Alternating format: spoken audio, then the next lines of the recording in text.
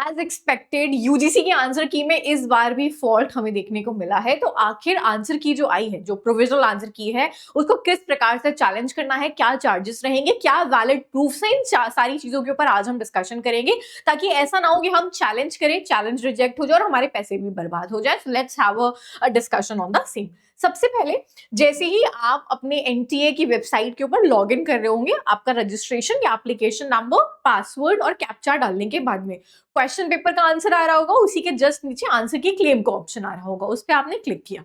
इस तरीके की एक विंडो ओपन हुई होगी जहां पे आपके सारे क्वेश्चन के आईडीज लिखी हैं, उसका करेक्ट आंसर लिखा है। अब now let's say for an example, मुझे ऐसा लगता है इस क्वेश्चन आईडी जिसका आंसर 2 देके रखा है एनटीए के द्वारा, मुझे ऐसा लगता है कि इसका आंसर 2 की जगह 1 होना चाहिए या 4 होना चाहिए, या let's say for an example मुझे लगता है ये दोनों आंसर्स होने चाहिए या none of the above answer होना चाहिए। जो भी मुझे ऐसा लगता है मैं उसको यहाँ पे क्लिक करूंगी। इस तरीके से मुझे जितने भी क्वेश्चंस के साथ में ऐसा लगता है, किसी किसी सब्जेक्ट में एक क्वेश्चन हो सकता है, किसी में 2 हो सकता है, किसी में 4 भी हो सकते हैं। अगेन ये सब्जेक्ट टू सब्जेक्ट वेरी करेगा। ये जो भी क्वेश्चंस हैं इनको आप सेलेक्ट करिएगा और करने के बाद में सबसे नीचे आपके पास में ऑप्शन आएगा सेव करने का, उसको सेव कर लीजिएगा। जैसे मैंने ऑलरेडी सेव करके रखा हुआ है। जैसे आप सेव करोगे तो ये चैलेंजेस क्लेम की एक विंडो आ रही होगी आपके पास में, ठीक है। जैसे मैंने कॉमर्स का क्लेम किया है, ये वाला क्वेश्चन मतलब जस्ट एक रैंडम मैंने सिलेक्शन किया है यहाँ पे। तो मान लीजिए कि इस तरीके का मेरे पास में एक जो है वो आईडी ओपन होके आ रही है, तो यहाँ पे आप मुझसे कहेगा अपलोड डॉक्यूमेंट। जब भी आप किसी भी क्वेश्चन को क्लेम करेंगे तो उसको आप क्लेम क्यों कर रहे हैं, आपको क्यों लगता है कि 2 जो एनटीए ने आंसर दिया है उसकी जगह पे चौथा आंसर होना चाहिए, आप उसके लिए सपोर्टिंग डॉक्यूमेंट्स को अपलोड करेंगे। जो भी डॉक्यूमेंट आप अपलोड करेंगे, सबसे पहली चीज कि वो डॉक्यूमेंट आपका पीडीएफ फॉर्म के अंदर रहेगा एंड वो 500 केबी से कम की फाइल होगी। 2 क्वेश्चंस को चैलेंज कर रहे हैं, डॉक्यूमेंट एक लगने वाला है, यानी एक पीडीएफ बनाएंगे आप जिसके अंदर उन दोनों क्वेश्चंस के प्रूफ करने के लिए क्लेम्स लगाएंगे। अब ये क्लेम्स कौन से होने चाहिए ये देख लीजिए। सबसे पहले, जब भी आप क्लेम करें तो वैलिड प्रूफ आपके लिए वो स्टैंडर्ड किताबें होती हैं जो हमारी पोस्ट ग्रेजुएशन लेवल की जो किताबें होती हैं, चाहे वो गवर्नमेंट की किताबें हैं जैसे एनसीईआरटी वगैरह अगर आपको मिल रहा है, वहां पे कोई पॉइंटर लिखा हुआ है सबसे बेस्ट प्रूफ है आपके लिए, या कोई गवर्नमेंट पब्लिकेशंस है किताबें, वो आपके लिए बहुत अच्छे प्रूफ्स हो जाते हैं। किसी यूनिवर्सिटी लेवल की जो किताबें हैं वो आपके लिए अच्छी प्रूफ हो जाती हैं। कोई बहुत बड़े ऑथर्स हैं, बहुत बड़े जो पब्लिकेशंस हैं, वहां से आप प्रूफ्स लगा सकते हैं। छोटे मोटे लोकल ऑथर्स या लोकल जो पब्लिशर्स होते हैं या जो गाइड बुक्स होती हैं मार्केट के अंदर, उनके प्रूफ्स वैलिड नहीं माने जाते हैं, याद रखिएगा। फिर जब भी आप प्रूफ लगा रहे हैं तो प्रूफ में जैसे मान लीजिए कि आपको लगता है कि क्वेश्चन नंबर 39 पेज नंबर 39 के ऊपर ये वाली लाइन लिखी है जिससे मैं इस क्वेश्चन को सपोर्ट कर सकती हूँ कि हाँ इसका ऑप्शन 4th होना चाहिए, तो मैं उस पर्टिकुलर पन्ने का स्क्रीनशॉट लूंगी, फोटो लूंगी, साथ ही साथ उस बुक का फर्स्ट पेज, फिर उस बुक का जो एडिशन है यानी जो नंबर्स वगैरह है, जो रजिस्ट्रेशन कॉपी नंबर वगैरह है, वो सारा मैं स्क्रीनशॉट लूंगी। तो बुक का नाम, ऑथर, एडिशन, पेज नंबर, ये सारी चीजें मैं लेकर के और जो पन्ने के ऊपर जिसके ऊपर प्रूफ है वो सारी चीजें लेकर के तो उसकी मैं पीडीएफ बनाऊंगी, ठीक है। यानी प्रॉपर आपको क्लेम करना है, ये वैलिड प्रूफ होगा। इसके अलावा और कौन कौन सी चीजें हैं जिसके बिहाफ पे मैं प्रूफ कर सकती हूँ? कोई गवर्नमेंट पब्लिकेशन है, यूजीसी का कोई डॉक्यूमेंट है। अब जैसे मान लीजिए लीगल एस्पेक्ट्स में मुझे कोई चीज को क्लेम करना है तो मैं उसके लिए जो ऑफिशियल एक्ट्स आए हैं उनको ले सकती हूँ। कोई भी चीज ऑफिशियल वेबसाइट्स में है, गवर्नमेंट की रिपोर्ट्स में है, मिनिस्ट्री के पब्लिकेशंस के अंदर, वो सारी चीजें हम इस्तेमाल कर सकते हैं प्रूफ के तौर पे। कौन कौन सी चीजें इनवैलिड मानी जाएंगी? जैसे आपने क्लेम कर दिया, आपने प्रूफ लगा दी भी है, लेकिन ये चीज मान्य नहीं करार दी जाएगी।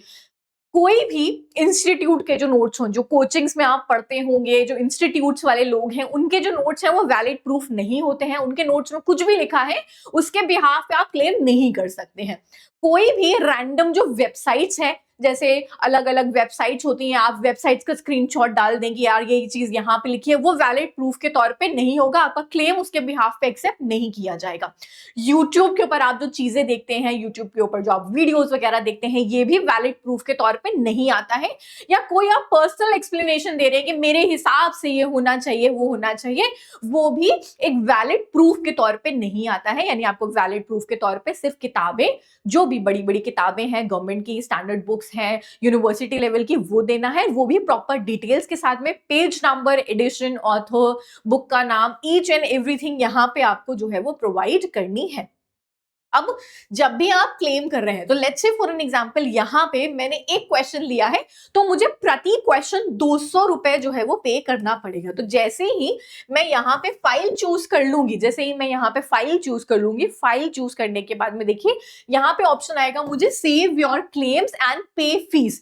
तो मैं क्लेम्स को सेव कर दूंगी अपने, जैसे मान लीजिए मुझे एक ही क्वेश्चन क्लेम करना है तो इसको सेव करूंगी एंड फीस जो है वो पे कर दूंगी। पहले सारे के सारे प्रूफ्स इकट्ठा करिएगा अपने, ईच एंड एवरीथिंग एक प्रॉपर पीडीएफ फाइल बनाइएगा और फिर क्लेम करिएगा। जल्दीबाजी में क्लेम मत करिएगा, कहीं आपके पैसे बर्बाद हो जाए कि आपने 5 क्वेश्चंस क्लेम कर दिए, ना वैलिड प्रूफ लगाया है, ना ही वो सही प्रूफ है आपका, ना ही वो क्वेश्चन चैलेंजेबल था और आपने ये प्रूफ कर दिया है, यानी आपने उसको चैलेंज कर दिया। ऐसा मत करिएगा। नाउ आपने आंसर कीज चेक करी है, आपके मन में आ रहा होगा कि मैम इस बार हम जेआरएफ क्वालिफाई करेंगे, नेट क्वालिफाई करेंगे या नहीं करेंगे। तो एक कट ऑफ प्रिडिक्टर टूल भी है जिसको आप इस्तेमाल कर सकते हैं। अब इसमें करना क्या है, इसी वीडियो के डिस्क्रिप्शन में आप देखिएगा या कमेंट सेक्शन के अंदर, तो दिसंबर 2025 का एक कट ऑफ प्रिडिक्टर टूल दिखा रहा होगा। इसमें जैसे ही आप क्लिक करेंगे एक ऐसा विंडो आपके पास में ओपन हो रहा होगा जहां से आप अपने स्कोर्स को एनालाइज कर सकते हैं। कि आपको यहाँ पे डिटेल सिर्फ डालनी है, आपका नाम, ईमेल एड्रेस जिसके ऊपर आप अपना रिजल्ट चाहते हैं कि प्रिडिक्ट कर पाए कि आपको जेआरएफ इस बार कितने प्रतिशत चांसेस हैं कि क्वालिफाई होगा, नेट कितने प्रतिशत चांसेस है, या ओनली पीएचडी का कितना परसेंटेज चांस है, ये आप डालिएगा। ईमेल आईडी एंड अपना फोन नंबर जिसके ऊपर आपको डिटेल्स चाहिए, ये डालने के बाद में आप अपनी कैटेगरी चूज करोगे, जनरल है, ईडब्ल्यूएस है, ओबीएस है, जो भी आपकी कैटेगरी है, क्योंकि सारी कैटेगरीज का कट ऑफ चेंज रहता है। आपने अपनी कैटेगरी सेलेक्ट करी, फिर आप अपना सब्जेक्ट सेलेक्ट करोगे, जो भी आपका सब्जेक्ट है वो सब्जेक्ट आपने सेलेक्ट किया, आंसर की मैच कर लिया। तो पेपर 1 में कितने मार्क्स आ रहे हैं, पेपर 2 के अंदर कितने मार्क्स आ रहे हैं, वो आपने कर दिया। फिर आपने अप्लाई किस चीज के लिए किया, जेआरएफ के लिए किया था अप्लाई, तो आपको तीनों का रिजल्ट आ जाएगा। अगर आपने सिर्फ असिस्टेंट प्रोफेसर के लिए अप्लाई किया था तो मान लीजिए आपको सिर्फ दोनों का रिजल्ट दिख जाएगा आपके स्कोर एनालिसिस के अंदर। ये क्लिक करिए, जनरेट करिएगा अपना एकेडमिक रिपोर्ट कार्ड, आपके पास में पता चलेगा कि कितने प्रतिशत चांसेस हैं इस बार एक्सपेक्टेड कट ऑफ आपके सब्जेक्ट के पॉइंट ऑफ व्यू से कि आप क्वालिफाई कितना परसेंटेज चांस है कि कर पाते हैं। Now let's say for an example आपको लगता है कि आपको 1-on-1 सेशंस की गाइडेंस की जरूरत है, तो यहाँ पे आप जो है हमारी गाइडेंस भी बुक कर सकते हैं। अगेन सारी डिटेल्स जो है वो डिस्क्रिप्शन बॉक्स के अंदर दी हुई हैं। Best wishes for your results everybody. कोई और क्वेरी आ रही है आपके मन में, डू लेट मी नो।